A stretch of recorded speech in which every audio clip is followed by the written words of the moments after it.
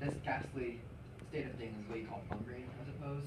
Yes, and a perfectly wonderful Bunbury it is. The most wonderful Bunbury I've ever had in my life. We have no right whatsoever to bunbury here. That is absurd. One has a right to Bunbury anywhere one chooses. Every serious Bunburyist knows that. Serious bunburyist? Good heavens. Well, one must be serious about something if one wants to have any amusement in life. I happen to be serious about Bunbury. What on earth you are serious about, I haven't got the remotest idea. About everything, I should fancy. You have such an absolutely trivial nature.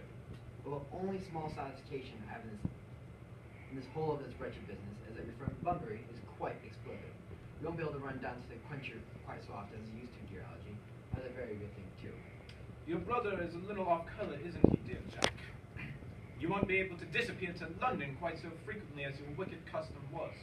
Not a bad thing, either.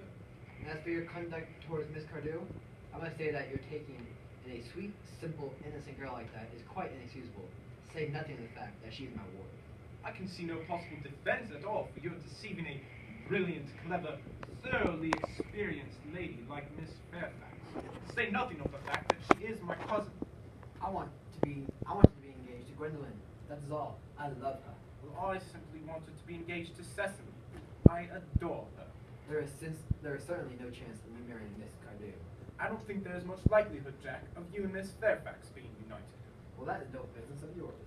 If it was my business, I wouldn't talk about it. It's very vulgar to talk about one's business. Only people like stockbrokers do that. And they're merely at dinner parties. How can you sit here calmly eating muffins when we are in this horrible trouble? I can't make out. You seem to me to be perfectly heartless. Well, I can't eat muffins in an agitated manner. The butter would probably get on my cuffs. One should always eat muffins quite calmly. It is the only way to eat them. I say it's perfectly heartless you're eating muffins at all, under the circumstances. When I'm in trouble, eating is the only thing that consoles me. Indeed, when I'm in really great trouble, as anyone who knows me intimately will tell you, I refuse everything except food and drink. At the moment, I'm eating muffins because I'm unhappy. Besides, I am particularly fond of muffins. Well, that is no reason why you should eat all of them in that greedy manner.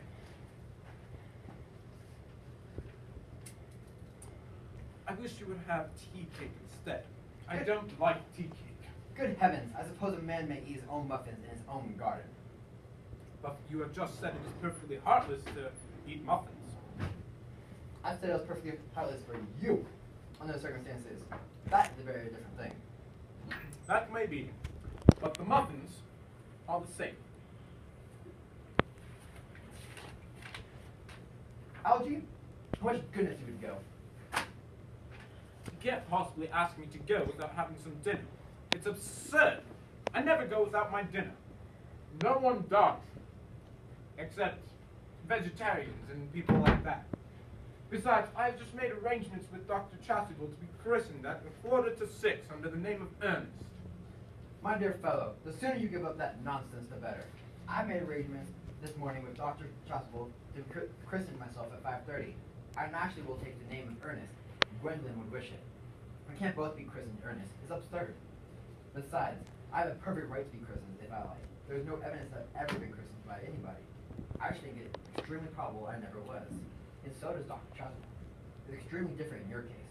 You have been christened already. Yes, but I have not been christened for years. Yes, but you have been christened. That is an important thing. Yes, quite so, but I know my constitution can stand it. If you are not quite sure about your ever having been christened, I must say I think it rather dangerous for you're venturing on it now. It might make you very unwell. You can hardly have forgotten that someone very closely connected with you was very nearly carried off this week in Paris by a severe chill. Yes, but you said yourself that a serious chill was not hereditary. It used to be, I know, but I dare say it is now. Science is always making wonderful improvements in things. Oh, that's nonsense. You're always talking nonsense. Jack, you're at the muffins again. I wish you wouldn't. There are only 2 left. I told you I was particularly fond of muffins. But I hate tea cake.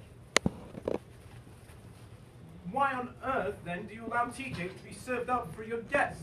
What ideas you have of hospitality? I'll turn on. I'll turn on. I've already told you to go. I don't want you to hear. Why don't you go? I haven't quite finished my tea yet. And there is still 1 muffin left.